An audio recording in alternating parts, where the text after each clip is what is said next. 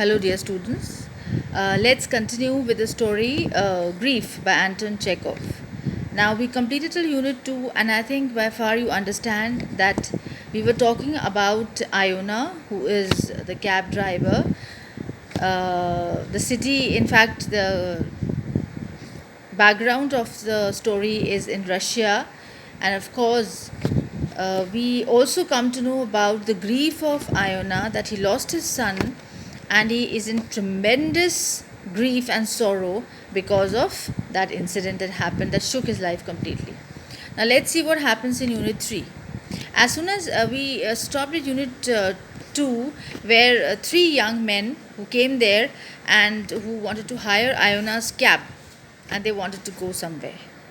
Now, in Unit 3, cabby to the police bridge in a cracked voice calls the humpback. The one who had a back on a hump, he was the one who said with a cracked voice that they have to go to the police bridge. The three of us for two gravenecks. Iona picks up his reins and smack his lips. 2 gravenecks is not a fair price. So now gravenecks is the kind of it's a currency. So he says Iona picks up his reins and says that this is not a fair price and smacks his lips.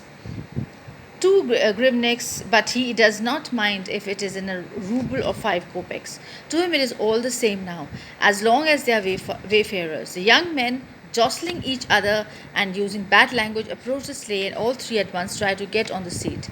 Then begins a discussion which two shall sit and who shall be the one to stand. So after wrangling, abusing each other, and much petulance, it is decided that the humpback should stand as he is the smallest. So petulance here means bad temper and with all the abusive language. So something was wrong there, and then it was finally decided that they should stop here.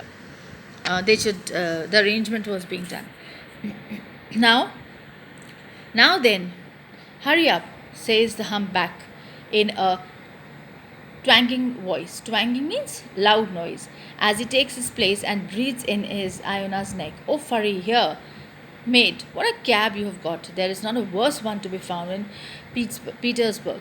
This is what a strange cab you have. We haven't seen such a worse cab ever in our life. He giggles Iona, and such now you such a hurry up. Are you going the whole way to this space? Do you want it in the neck? So now this humpback man again, they're really abusive, and we can say they're scoundrels in the sense they are rogues in other way, because they don't have a decent way to talk even to a cab driver. So he says, should I give you one in the neck or should I blow you up? My head feels like bursting, says one of the lanky ones. Last night at the Donk means Vanka and I drank the whole 4 bottles of cognac.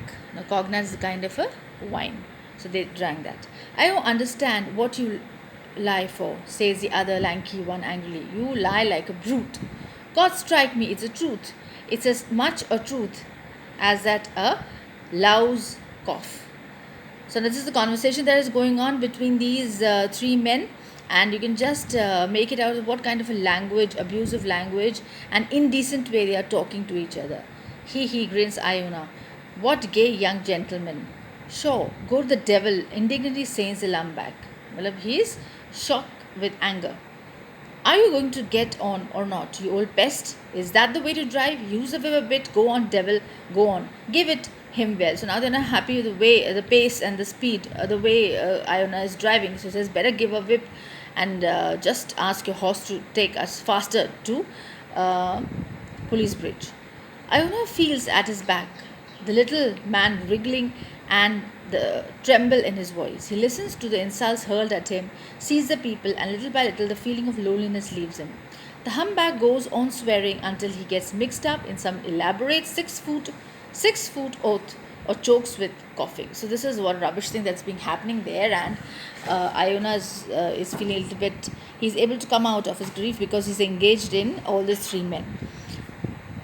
The Lankies begin to talk about a certain Najeda Petruana. Iona looks round at them several times. He waits for a temporary silence and turning around again he murmurs. Now this is what happens, and he murmurs, turns around and he murmurs. My son died this week. We must all die, said the humpback, whipping his lips after an attack of coughing. Now hurry up, gentlemen. I really cannot go any further like this. When will we get this? So now again, see the reply. Instead of being considerate about the feelings, he is saying, everyone dies in the end. Well, just you stimulate him a little in the neck. So again, another verse says, come on, force him. Let him take to a proper place quickly. You old pest, do you hear?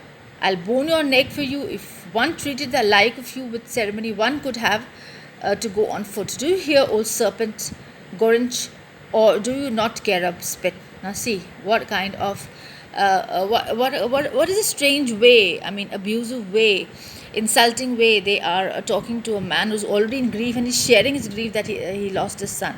So it's completely, Iona's completely drenched with sorrow, with sadness. And this is the way, this is a humanly treatment that is being given to him.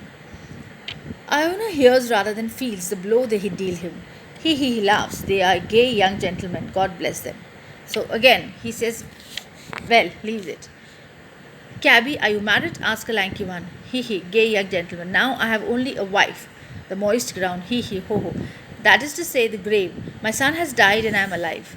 A wonderful thing. Death mistook the door. Instead of coming to me, it went to my son. And see, these feelings are quite natural because we can understand that what happens when a parent loses his or her child. It's really painful. The agony cannot be understood because it's the agony is something, it's perennial, it's eternal, it's everlasting, and it takes lots and lots of courage to come out of this suffering and agony. So this is what actually wanted to say, that death should have come and taken him away instead of taking the son. Iona turns round to tell them how his son died, but at this moment the humpback, giving a little sigh, announces, thank God they have at least reached their destination, and Iona watches them disappear through the dark entrance. Once more he is alone and again surrounded by silence. So, again, he's so excited to tell the customers, the passengers, that how he lost his son, but no one has time to listen to his grave story, to his sad story. And the destination is there, and they have moved ahead. And again, Iona is alone with his horse, and there's complete, utter silence. So we'll end the story here. For the time being, we'll continue with the class, next class, and we'll continue with Unit 4. Thank you.